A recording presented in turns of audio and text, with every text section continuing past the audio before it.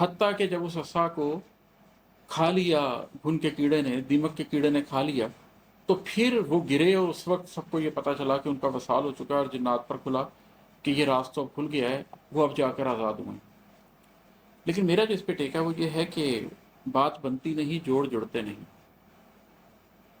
बात बनती नहीं, जोड़ जुड़ते नहीं, इस कहानी के सारे सिरे एक दूजे से मिलते नहीं। किस तरह कितने दिन एक असा के सहारे खड़ा जिस्म जिन्नात तो क्या किसी आदमी तक ने देखा नहीं, हाल पूछा नहीं। रोज़ शब के गुजरने पे भी एक इंसान अहवाल पूछा नहीं। इसकी तह में यकीनन कई राज हैं, बात में दर हकीकत कुछ असरार हैं। मेरा ख्याल ये कि बात मुमकिन ही नहीं है कि इस तरीके से हज़रत सुलेमान अलैहिस्सलाम खड़े रहे, दिनों गुजर गए, हफ्तों गुजर गए, महीनों गुजर गए, और वो एक स्टिक के सहारे खड़े रहे। ना उनके ख़ानदान ने पूछा, ना बीवी बच्चों ने पूछा, ना करीबी लोगों ने आके पूछा, और वो इस तरह खड़े रहे हत्ता कि उनका कीड़ा उस असा को खा गया। बात कुछ और है, ये असा कोई और बात कर रही है और इस असा को खाने वाली चीज़ कुछ और है। इस असा को एक आम असा ना समझा जाए, और इसको खाने वाला जो घुन का कीड़ा है उसको एक आम घुन का कीड़ा ना समझा जाए, बल्कि बात कुछ और है। अब हज़ारों बरस बाद दुनिया के नक्शे को देखें तो असरार खुलते हैं कुछ। 1.5 सदियों में दुनिया का मंजर बहुत से सियासी, समाजी, मुआशी हवालों से जुड़कर बना है। उन्हें दीदाए कल्ब से देखिए तो पुराने नए सारे अदवार सीने पे खुलते हैं कुछ। इस ज़माने में आकर पुरानी कहानी के सारे सिरे साथ जुड़ते हैं कुछ।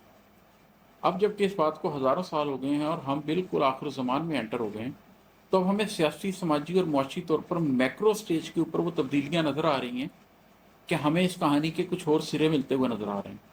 हमें अब पता चल रहा है कि किस तरीके से कॉलोनाइजेशन का दौर आया, किस तरीके से पोस्ट कॉलोनाइजेशन का दौर आया, किस तरीके से उस दौर के अंदर पहले बरतानिया ने दुनिया पे हुकूमत की, फिर वर्ल्ड वार के बाद वो हुकूमत अमेरिका की तरफ शिफ्ट हुई, किस तरीके से बरतानिया उज़्मा ने इसराइल में यहूदियों को लाके बसाया, किस तरीके से इसराइल को एक स्टेट बनाया गया, और कैसे अब ग्रेटर इसराइल की तैयारी हो रही है और गालिबन एक बड़ी जंग के बाद इसराइल को ruling state of the world बना दिया जाएगा।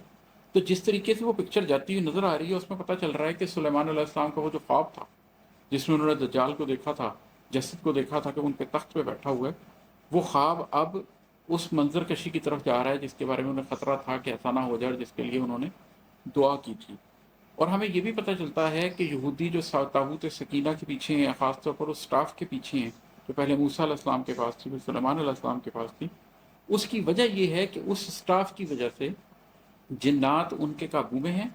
और जब उस स्टाफ को दज्जाल हासिल कर लेगा, वो जसद हासिल कर लेगा, तो जिन्नात जसद के काबू में चले जाएंगे।